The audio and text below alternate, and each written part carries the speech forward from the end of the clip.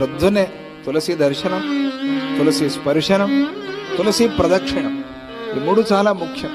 తులసి అంటే ఎలాగైతే అశ్వత్థ వృక్షాన్ని మనం బ్రహ్మ విష్ణు మహేశ్వర స్వరూపం అంటామో అట్లా తులసి మూల మధ్య అగ్రభాగంలో దేవతలు, వేదాలు, సర్వతీర్థాలు ఉంటాయి.